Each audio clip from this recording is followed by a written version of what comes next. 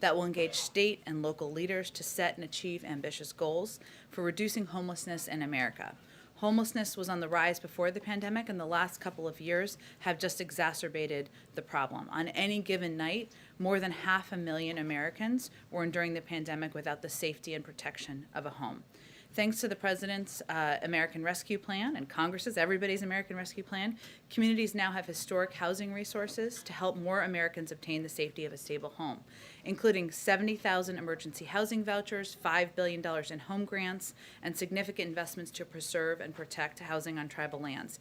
In addition, communities have $350 billion in state and local fiscal recovery funds from the Department of Treasury to support many needs, including homelessness and housing instability. So today, HUD is asking state, tribal, and local leaders to work collaboratively with them to use these ARP funds and other existing federal, state, and local resources to rapidly reduce homelessness in their communities and add new units of affordable and supportive housing into the development pipeline by the end of 2022. The initiative will promote the use of housing first, the proven theory that the best way to stabilize the life of someone experiencing homelessness is to ensure that they have a home first without preconditions. And so we are moving forward with that. Also wanted to note that tomorrow, the Senate Committee on Small Business is set to consider the nomination of Dilawar Syed, for Deputy Administrator for the Small Business Administration. He's well qualified to serve as Deputy Administrator of the SBA, which has been critical in providing relief to small businesses in the midst of the pandemic. He's lived the American dream as an immigrant and as CEO of a small startup that will help small business, that has been helping small businesses continue to create jobs. He has endorsement of more than 200 individuals and groups, and yet his confirmation is being held up in an unprecedented way and for no good reason. These members have refused to show up at committee meetings, meaning a quorum cannot be reached and a vote cannot be held on his nomination. By refusing to show up at committee meetings, they are not just blocking his vote, but also slowing help to American small business owners and workers who are trying to build back the pandemic. So we wanted to call out that hearing that will happen tomorrow. Darlene, why don't you kick us off? Thanks, Jen. A couple of questions for you. The UN Secretary General spoke to the AP over the weekend, and in the interview he called on the US and China to repair a relationship that he says is, quote, completely dysfunctional.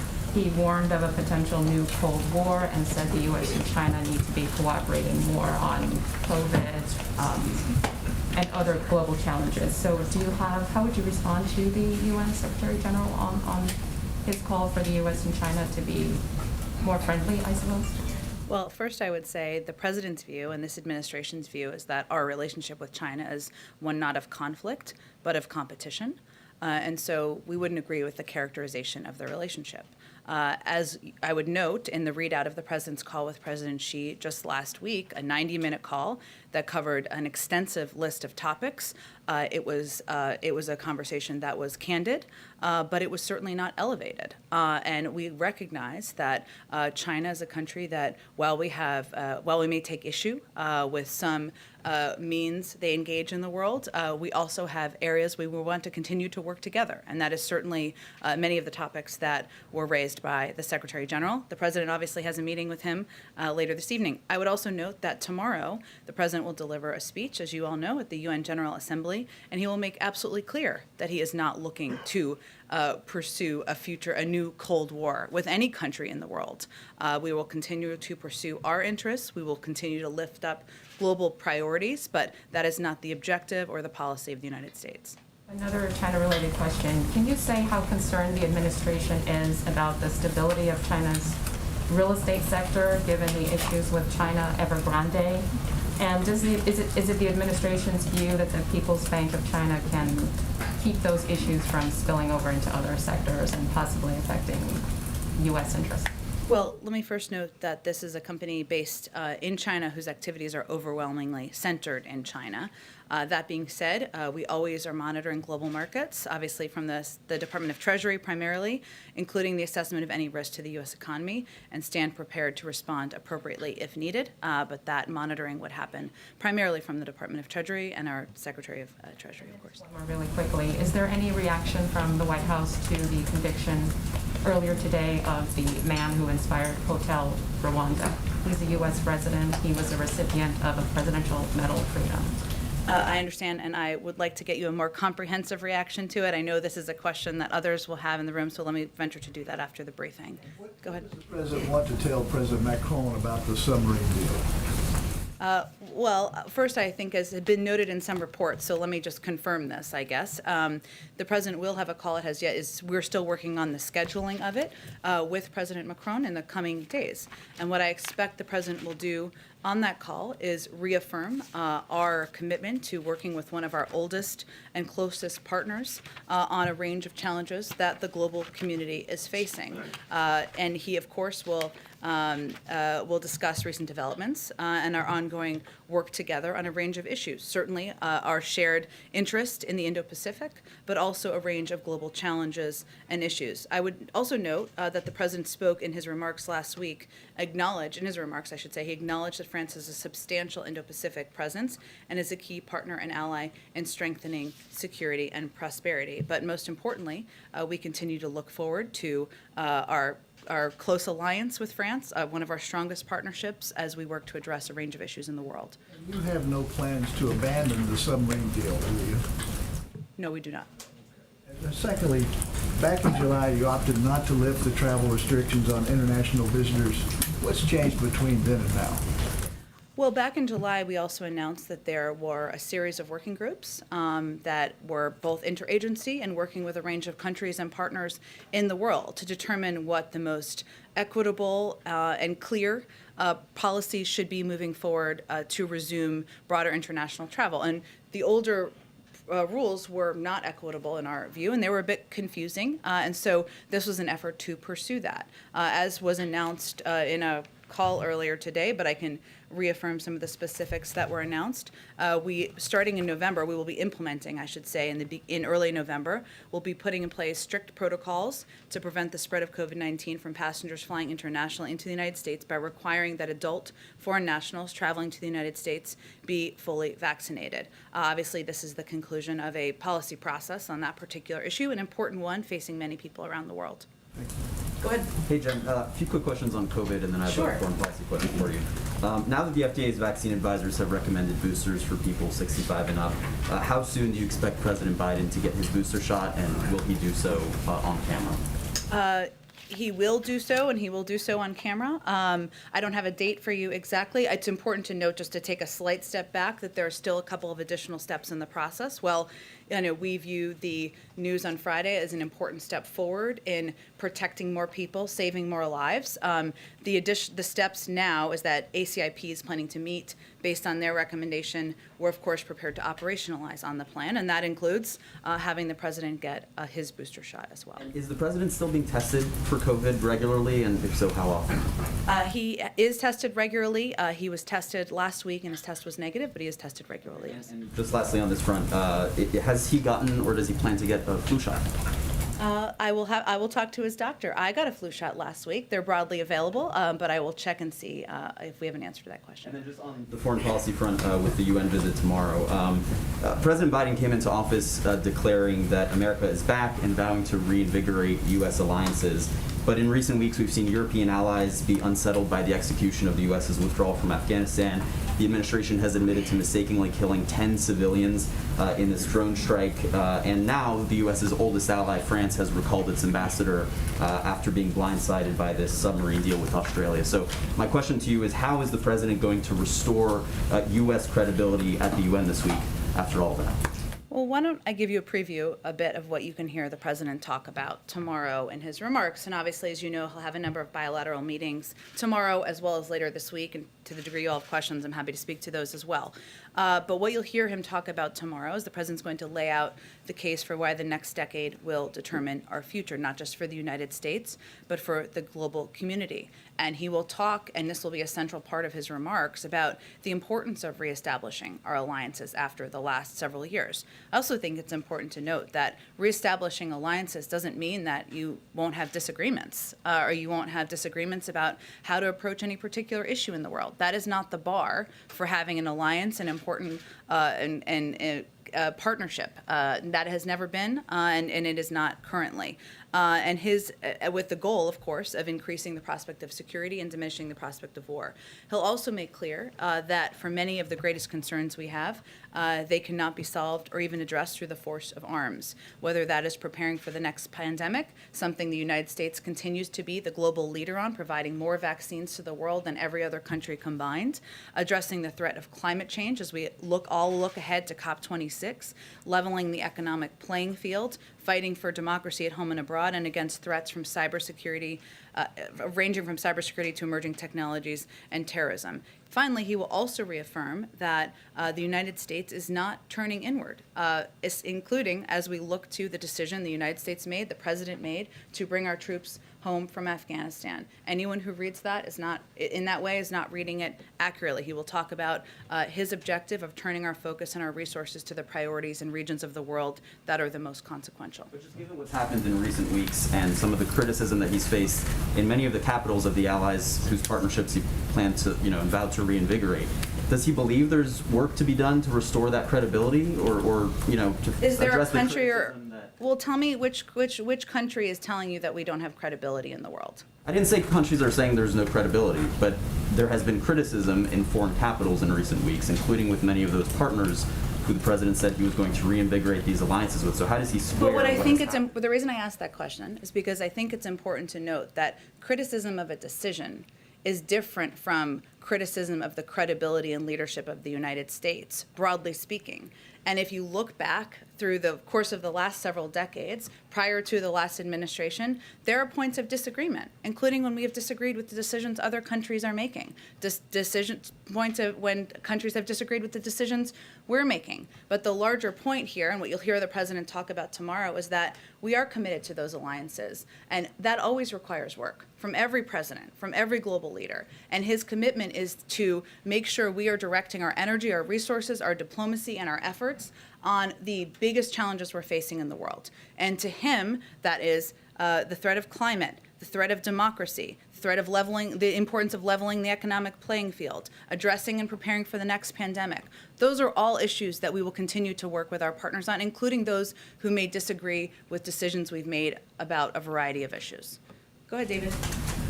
Back on the submarine deal. So in the conversation with President Macron, is it President Biden's view that the United States is responsible in any way for some kind of reparation, some kind of deal that will make up for part of the economic loss and also give a greater sense of a working partnership? Or is it his view that it's really up to Australia to make up any kind of economic loss out of this, if there's any loss to be made up at all?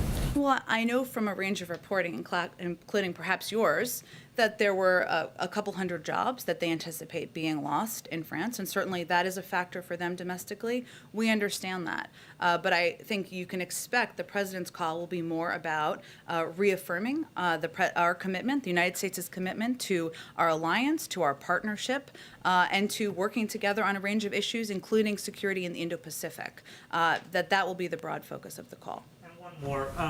When you were in the Obama administration, we often talked about the need to reduce the amount of highly enriched uranium that's moving around the world. President Obama ran a number of summits, you'll recall, that were aimed at converting reactors from HEU to LEU. So here we are helping Australia, a very good player, a well-known non-proliferation advocate, by having them build HEU reactors or building it for them. Without any reference to problems with Australia, what message does that send to the rest of the world about how committed we are on this? Well, first, David, the president's position and commitment to nonproliferation has not changed. We're committed to renewing American leadership in nonproliferation and addressing the existential threat posed by nuclear weapons. This, in our view, is an exceptional case, not a precedent-setting case. As many of you know and have followed this closely, we're not talking about nuclear-armed submarines. I know you're asking me about enriched uranium, but it's important for people to understand that as well. These are conventionally armed submarines that are powered by nuclear reactors. There's also an 18-month process that we are undergoing on the implementation of this. But again, this was a decision made working with a country that has a long history, Australia, as does the United Kingdom, as does the United States, of being steadfast in support for nuclear nonproliferation and for the regime and its cornerstone, the NPT. And we all are committed to complying with our respective nonproliferation obligations as we implement over the next 18 months. Thanks, Jen. Following up on France, first of all, you said you expect a call in the next few days. Have the French actually committed to a call? We're in active conversation about a call. I want to make sure you weren't being sent to voicemail or anything like that. No, I don't think so. Following up on the drone strike last week that the Pentagon now admits was a tragic mistake, what was the president's response when he learned about that? Well, the president was briefed on Friday morning about the report that was going to be released and put out. I would say first, the president's view and all of our view is that the loss of any civilian life is a tragedy, as was made clear in the comments by the Secretary of Defense, by General McKenzie. This was done in error, and clearly the investigation that will continue is something the president broadly supports. So as a human being, as a president, as somebody who has overseen loss in a variety of scenarios, both as a leader and personally, his reaction is it's a tragedy, and every loss is a tragedy, and he supports the effort to move this forward as quickly as possible and to have a thorough investigation. You mentioned there's an ongoing investigation. Should it be anticipated that someone would be fired, demoted, not promoted, passed over, and held accountable within the military ranks for this? I think what's important is that the Secretary of Defense and the Chairman and General McKenzie came forward and made very clear that this was they wanted to see this move forward quickly. They wanted to be as transparent as possible. They wanted to learn from what had happened. It's also important to note what the circumstances were here in when this strike was made. This was a scenario where there were direct threats from ISIS-K against our troops who were on the ground in Afghanistan. And that was the scenario where the strike was made. Obviously, it was done in error. And obviously, there was a horrific tragedy that happened. But I'm not going to predict what the impact will be. Two more quick ones. One more on Afghanistan. Back on August 26th, the president said, "I've also ordered my commanders to develop operational plans to strike ISIS-K assets, leadership, and facilities. We will respond with force and precision at our time, at the place we choose, in the moment of our choosing." Should we still be anticipating that there will be military response to what happened there in Kabul? Against ISIS-K? Yes, I think it's important. This is a good question that's been asked. I think this is a version of what you're asking, but others have asked me this.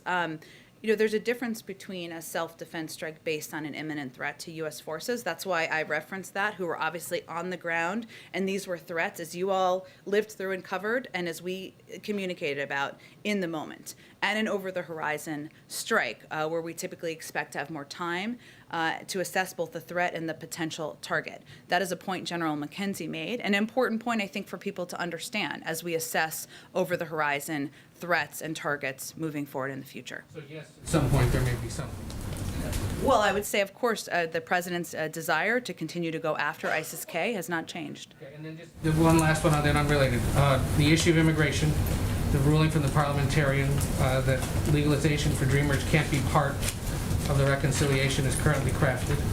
Given this is a top priority for a key voting bloc, Latinos here in this White House, how personally engaged might the president get on this? Do you guys have specific alternative proposals that have a chance of actually getting passed under this Congress? Well, there are a number of senators who have spoken to their intention of putting forward alternative proposals because of their commitment and our shared commitment, of course, to moving immigration reform forward and protecting Dreamers and others. And so the president supports those efforts, and certainly he has long stated his support for immigration being a part of reconciliation. That's really the next step in the process, but there are a number of members who are already working on that. Immigration in Haiti. I'll go to you next, April. Let me just go ahead. Well, I'll start there. Okay. So the crisis in the border in Del Rio, we heard DHS say they're going to continue expulsions under Title 42. So what is the White House's message to Haitian immigrants seeking asylum? Is there a place for them? Well, I think it's important for people to understand a couple of the components of what's happening right now on the ground. One, we extended TPS several months ago and again reevaluated to ensure that we were taking into account what was happening on the ground in Haiti. So that I understand, but that does apply to people who are here who arrived before a certain date, and I think that's an important component of what's happening. If you're talking about the situation on the ground in Del Rio, one, it's a challenging situation. It's devastating to watch this footage. I think it's important, though, for people to also know that what we're trying to do is also protect people. One, we've been conveying that this is not the time to come. We have been implementing Title 42. That's not just about people in the United States. That's also about protecting migrants who would come in mass groups and be in mass groups. We are also surging resources and taking a multi-pronged approach. We've been working with the American Red Cross to bring in much needed resources. We've worked with World Central Kitchen to bring in meals, and we have been expediting repatriation flights, both to a range of countries in South and Central America, where people may have come from if they can be accepted back, and some back to Haiti. That is what our focus is on at this point in time. And our message continues to be, as you've heard Secretary Mayorkas convey, now is not the time to come. For a range of reasons, including we don't have the immigration system up and running in the way we want, including there is still a pandemic and Title 42 remains in place. And these are the steps that we're taking in part to protect the border communities as well as the migrants themselves. Different topic quickly. There will be a government shutdown if Congress doesn't act in 10 days. Can you tell us what the impact of a government shutdown would be on the COVID response from this White House? Well, our effort right now is to prevent a government shutdown and to ensure we are not facing a government shutdown. And as we get closer, we can certainly discuss that. But right now, that's where our energies are. Go ahead, April. Jen, back on Haiti.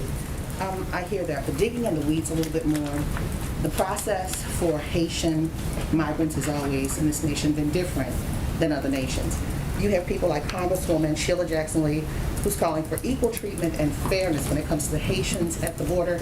And overall, you're allowing Afghans to come in, Afghan supporters to come in, as well as Mexicans, and then Haitians are not allowed.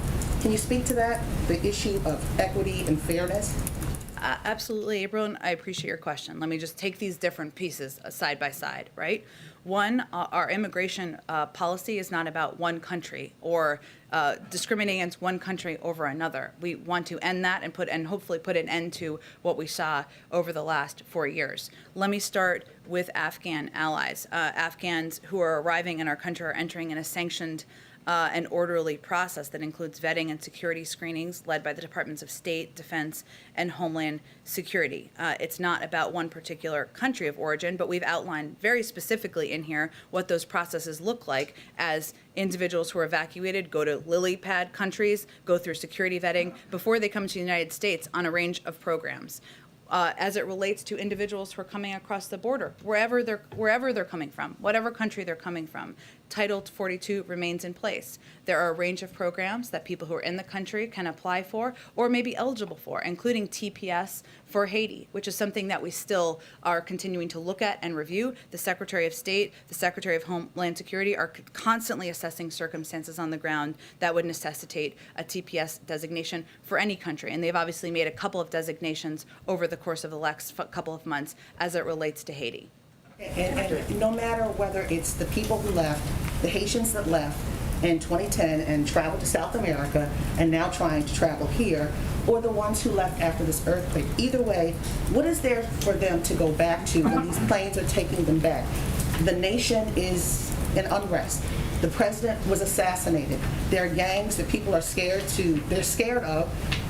Democratic rule is not necessarily in place. The people are calling, particularly those here in this nation, are calling for the elections not to be held, on time because of unrest there. And then you also have the issue of the earthquakes. So what is there to go back to? What are you deporting them back to?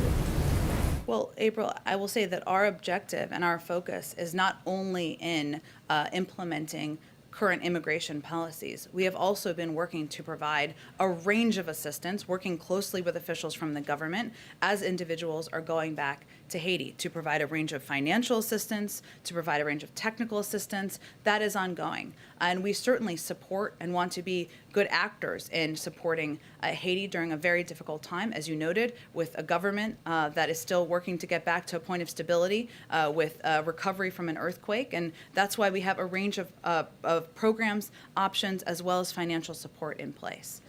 Okay, go ahead. Thanks, Jen. To follow up on Ed's question on Sure. immigration, in the big picture right now, how confident is the president that he'll be able to enact some sort of long-term pathway to legal status for millions of undocumented immigrants at some point before the midterms, whether it's through reconciliation or through some It's a other long time before the midterms. I know that's a tough thing for you to hear, but it's a long time before the midterms. I can't give a projection for you. It depends on a lot of factors, including working with members of Congress. What I can tell you, though, is that the president is absolutely committed to putting in place a path to citizenship, to putting in place long overdue measures to fix our immigration system, to make it more moral, humane, and workable, frankly. And obviously, he supported and continues to support having immigration measures as a part of the reconciliation process. And as I noted to Ed, the next step is really to see alternatives and proposed by senators who have already said they have every intention of doing exactly that. Along those same lines, just to follow up on that, we've also seen the parliamentarian rule against the effort to increase the minimum wage through a reconciliation bill. We've seen other priorities on the Hill that both the president and Democrats campaigned on, police reform, gun control, also stall there. Is there a recognition in the White House now that some of the priorities that he and the party campaigned for last year are just simply not going to happen, not going to become reality before the midterms? No.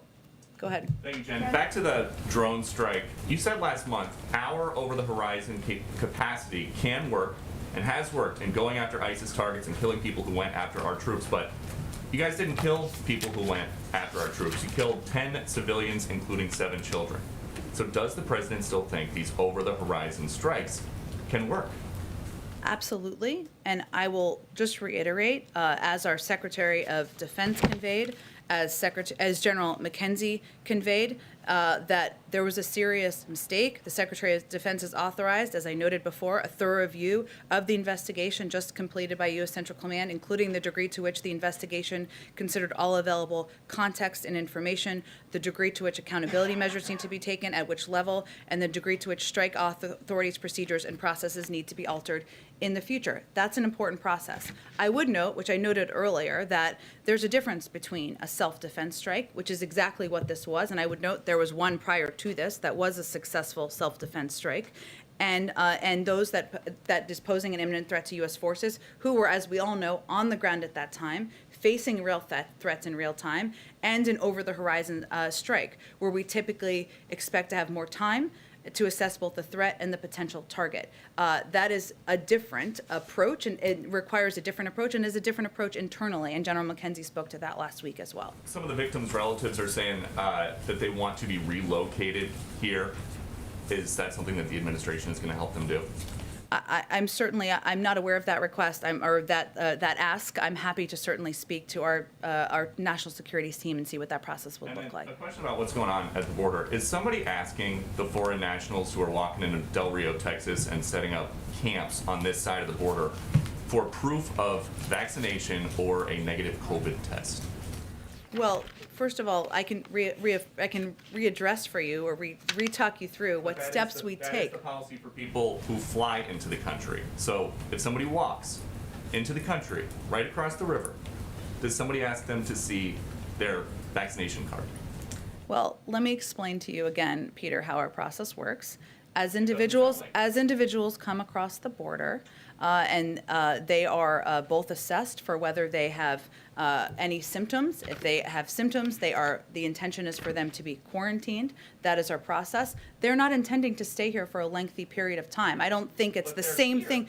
It's not the same thing. These are individuals, as we've noted and as we've been discussed. We are expelling individuals based on Title 42 specifically because of COVID, because we want to prevent a scenario where large numbers of people are gathering, posing a threat to the community and also to the migrants themselves. So those are the policies that we put in place, in large part because, again, the CDC continues to recommend Title 42 be in place, given we're facing a global pandemic. Where's the vice president on any of this? Isn't she supposed to be addressing the root causes of migration? Absolutely, and she has been addressing the root causes of migration by working with countries in the region to ensure they have the assistance they need to reduce the number of people who are coming and trying to make those journeys across the border. We've actually seen some reductions in some of those numbers. That doesn't change the fact that this is a very challenging situation in Del Rio. We're working to implement our policies, and we're working to ensure we are also addressing root causes. Just a quick one on boosters. Why did the president say in August, just remember as a simple rule, 8 months after your second shot, get a booster shot if there is not enough data to support that for the general population? Well, what the president also said is that, I want to be very clear, the plan is pending the FDA conducting an independent evaluation of the safety and effectiveness of a third dose of the Pfizer and Moderna vaccines and the CDC's advisory committee. We are right now in the week of September 20th. The advisory committee is meeting on Thursday. We've seen some recommendations that we felt was a step forward in providing more protection to people across the country, and we'll wait for that process to play out. Our objective and our role is to ensure we have the capacity, the number of shots to provide them to the American people. 16 out of 18 FDA advisors say there is not the science. The president talks about following the science. Is this a case of him getting ahead of the science? Well, first of all, I think what you heard Dr. Collins and Dr. Fauci convey yesterday is that this is going to be an ongoing process. I would remind you that the percentage of individuals at this point who would be eligible to get a booster are largely people over 65, because those are people who would have had the second dose 6 months ago. If we're looking at when we're going to have available data, that's what the CDC and the FDA looks at. They need enough data to make assessments. No one is suggesting that there will never be boosters. We are suggesting that there needs to be a process to be seen through for when boosters should be approved and when a broader swath of the population is eligible. Go ahead, Kelly. Back to the international COVID vaccine requirements for travelers. A number of individuals and European allies have been pressing for access to the United States, families that have been separated, business relationships that have been affected by it. And so before the president goes to the United Nations General Assembly and has meetings with foreign partners, this is when the decision is announced that vaccination will allow people to come into the country. Is that part of the president's sort of foreign policy outreach this week, the timing of this decision? If we were going to make things much easier for ourselves, we would have done it prior to June when the president had his first foreign trip, or earlier this summer. This is when the process concluded. We want to make the information available to the public. We're basing it on science, and when the process concluded, and here we are today. Do you anticipate that Americans who are coming back to the United States who would be affected by this having to be tested, would there be any opt-out policy for those who don't want to do that?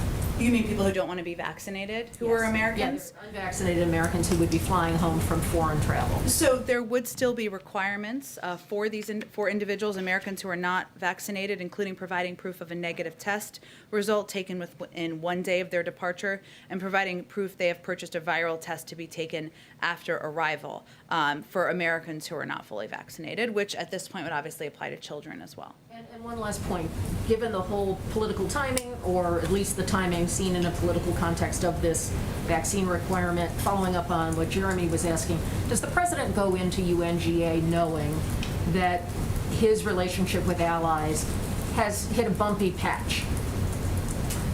I think the president's view, having been on the world scene for 50 years, is that you always have to work on your relationships, and that includes with global leaders. But he believes that our relationships are sustaining over the course of many decades, that every step he's taken from the moment he took office was with the intention of rebuilding alliances and rebuilding those partnerships that were frayed over the last 4 years. And his view, as I've conveyed over the course of the early part of the briefing, is that That doesn't mean that the bar is we will always agree with everything our partners and allies do, nor will they agree with everything we do, but that our relationships are stronger, they have a stronger basis, and that we have an opportunity to work together on the global issues that the world is facing. That's what he expects the focus of the next few days to be. Go ahead. Some of the president's counterparts who will be in attendance at the UN this week have not gotten vaccinated. Some have had COVID in the past. Any pause in sending the president into the UN General Assembly chamber and the potential it could be a super spreader? We obviously take a range of precautions, including ensuring the president is tested. Obviously, he's vaccinated, but there's no intention to change our plans to have him deliver a speech there. A couple quick questions approaching the line of questioning that Peter was asking you about, but perhaps approach from a different angle. On behalf of people who look at what happened last week and were disappointed. They may be 6+ months out from their second shot, and they want a booster shot today. Yeah. They don't want to wait. Can you explain the process to those people and address their concerns, and in particular, get to the question of accountability? Because it was the 8 health experts who surround the president, who are best known to the country, perhaps most trusted by the country, who suggested that this would be the week. Who were these people who were deciding that it shouldn't be this week, or that it shouldn't be people under the age of 65?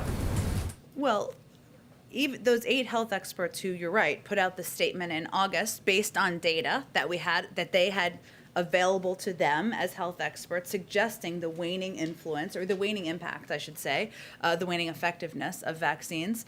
They felt they had a responsibility to make their recommendations, their views, public to the American people. That's exactly what they did.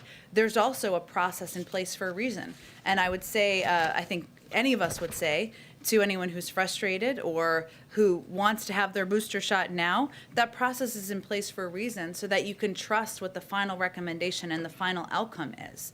And it includes, obviously, last week, there was the FDA had their own review and their own process, a formal meeting of the advisory committee. ACIP is meeting this week, but this is not the last meeting. I think that's important for people to understand, and Dr. Fauci referenced this yesterday. There will be additional data. There will be additional data from probably Moderna, from J&J, others in the coming weeks. There'll be more data for people who are younger than 65. They will look at all of that. This is an ongoing process. This is not a decision that there will never be boosters for others. This is the first step in a process, a positive one in our view, about protecting more people. But it is also important to keep the FDA as the gold standard and ensure that process proceeds so people can trust their recommendations. Go ahead. Thank you. So just to follow up on David's question, so it sounds like there isn't an offer in the works to the French to ameliorate some of the harm to the U.S.-French relation. No offer in the works to make up for some of the economic damage.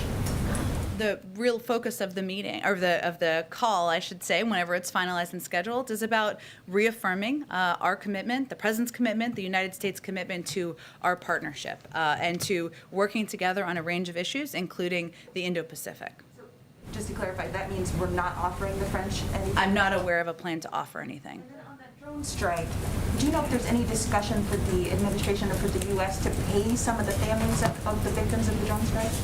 That is something that was referenced by General McKenzie, I should say, ex gratia payments, and they're exploring that option from the Department of Defense, but I'd really point you to them. And then one more thing on the announcement on international travel. Do you know if there's any discussion right now about how the U.S. will decide who is vaccinated, what counts as vaccinated? Will the Chinese vaccine count? Will the Russian vaccine count? AstraZeneca? Is there discussion on what exactly is vaccinated? Yes, this is all a part of the process. It's going to be implemented again in early November. In terms of how the proof of process will work, which is a very good question, that's part of what the implementation interagency discussions will focus on. So we'll have an answer before November? Yes, exactly. Hopefully sooner than that. Go ahead. Just a technical thing on the international travel policy. You talk about unvaccinated Americans. What about green card holders, visa holders? Would they, people who under the current travel policy can get into the country, would they have to be vaccinated, or would they have to do the testing protocol like Americans? That's a really good question. I'll have to ask what the specification is there for them. And then on immigration and the parliamentarians' ruling, you've sort of gotten at this, but I'm just wondering about the president's level of commitment to this being in the reconciliation bill. Does it have to be in reconciliation? Is there a point at which it gets thrown overboard like the minimum wage did? And are there any concerns about losing certain senators, Democratic senators, who insist that this be in there? Well, as our comment last night made very clear, the president absolutely supports efforts by senators who've already come forward. Leader Schumer has, other senators, about introducing alternate proposals and seeing if they can work their way through the process. So that's where we stand right now. I think that reflects his commitment, but obviously we don't determine the outcome of the parliamentarian process. Go ahead. Jen, a follow-up question on Haiti. There are photographs and reports of border agents on horseback using what appear to be whips on Haitian migrants. Does the administration view that as an appropriate tactic? Can you speak to that? There are people who are upset about it. Yeah, understandably so. I've seen some of the footage. I don't have the full context. I can't imagine what context would make that appropriate, but I don't have additional details. And certainly, I don't have additional context. April, I don't think anyone seeing that footage would think it was acceptable or appropriate. And the DHS said it will be, it said Saturday that federal agencies will be partnering with the Haitian government to provide assistance to the returnees. Can you elaborate on what that assistance will entail exactly? You mean to the people who are returning to Haiti? Yes, we've been in close contact with the government about when people return, what that looks like. Let me get you some more additional details about what that looks like when they get on the ground. Go ahead, Yamiche. Thanks so much, Jen. I want to follow up on the question about Haitians and it's specifically these photos that are surfacing on Border Patrol agents seemingly using whips. I know you said that there's no context that it would be seen as inappropriate, so the question really is, why would this be happening under the Biden administration? Is this going to stop? What would I wonder sort of what are going to be the consequences if what we're seeing is what we're seeing? I mean, Yamiche, it's all good questions. We just saw this footage. It's horrible to watch. I just have to get more information on it. Again, April, I don't have more information on it. I've also seen the video. I can't imagine what the scenario is where that would be appropriate. I'm certainly not suggesting that, but we've just seen the footage earlier this morning. And if I could also ask, I was talking to Haitian American advocates this weekend. They say that deporting people back to Haiti is like dropping people into a burning house. This idea that the country is just not in a place where it can handle this. Haitian officials have said, can you please have a pause on this? Is there any sort of discussion being made to make exemptions for some of these migrants? If so, who would those people be? Or are all of these people just going to end up dropped back in Haiti? Well, first, I would say, I mean, we are constantly assessing circumstances on the ground. Obviously, the Secretary of State and the Secretary of Homeland Security are the ones who would assess circumstances like TPS status, which would be one that we granted and adjusted over the course of the last several months to account for circumstances on the ground in Haiti. Can't make any predictions of that, but I would just reiterate that obviously our objective here is to not just work to address the circumstances, which are very difficult in Del Rio, but also to continue to work with the officials in Haiti to improve the conditions, to provide assistance. We're doing all of these pieces at the same time. It is not just one at the same time, but I can't predict for you what an assessment would look like or what the outcome of that assessment would look like. On the photo, I know you said that you're still assessing it, but just to add, if this is what we see, is it the president's stance or the White House's stance that whoever these border agents are using what seems to be whips on migrants, that they would be fired or at least never be able to do that again? Of course they should never be able to do it again. I don't know what the circumstances would be. It's obviously horrific, the footage. I don't have any more information on it, so let me venture to do that, and we'll see if there's more to convey. Karen, go ahead. I think, April, I absolutely understand your question. I think I've been very clear about how horrific the footage is. I don't have more information. As a U.S. official, I have a responsibility to get more context and information. Go ahead. Thanks, Jen. Two on COVID. Does the White House have an expectation now on when kids younger than 12 will be able to get the vaccine? Is this before Thanksgiving? Are we thinking the end of October? What's the latest right now? I'm also and have self-interest, as do you, Karen. I understand. I think you saw Pfizer put out their data. Obviously, that's just a step. It has to go through the full approval process. So I can't make a prediction of that at this point. But certainly we're encouraged to see that, but it needs to move its way through the official government process. And on the international travel today, you talked about the policy process. What was the White House looking, or the administration looking to see in order to get to this point today to make the change? Was it the vaccination rates in Europe? And how will the contact tracing work, and what resources will we put to that? Because that's not been something we've seen a really solid, robust effort in the U.S. on over the last year and a half. Yeah, so this was a process. This was an ongoing process, as you all know, that we discussed pretty extensively here. CDC is going to issue a contact tracing order that will require airlines to collect comprehensive contact information for every passenger coming to the United States, and to provide that information promptly to the CDC upon request, to follow up with travelers who have been exposed to COVID-19 variants or other pathogens. And these requirements will apply globally. That's a good example of where some of the considerations as we were making these policy decisions we had to account for and plan for, and ensure that we could implement this policy in a way that was clear, that was equitable, that provided, that ensured that there was equal treatment around the world of how people could come into the United States given COVID protocols. But that's an important question. We wanted to make sure we addressed a lot of those internally as well. Go ahead. Yeah, also on the international travel announcement, it did not include an opening at the land border, north or south. Is administration worried that any easing at the southern border would be contributing to the immigration problems, and was that a factor in that decision? Well, this is an ongoing process, right? So Title 19 is what is in place, of course, at land borders. It's being extended for another month through October 21st. We don't have any updates or predictions at this point in time, but obviously we're continuing to consider, as is evident by our announcement today, how we can return to a place of travel and people being able to move from country to country, including at our land borders. But I don't have any prediction of that at this point. Jen? Go ahead. You may not have seen this because it happened just minutes before you came out, but the Supreme Court has set a December 1st hearing date for the Mississippi abortion law that's a direct challenge to Roe v. Wade. Any reaction? I had not seen that. You're correct, before I came out, and I'm sure we can venture to get you a more substantive reaction to that. I think you are all familiar with what the position of this administration is on a woman's right to choose, as is evidenced by the Department of Justice's announcement about their intention to file a lawsuit and challenge the Texas law, given our commitment to protecting. I will note, and you may have seen this, but since we're on this topic, a couple of people have asked over the course of time our position on the Women's Health Protect Act.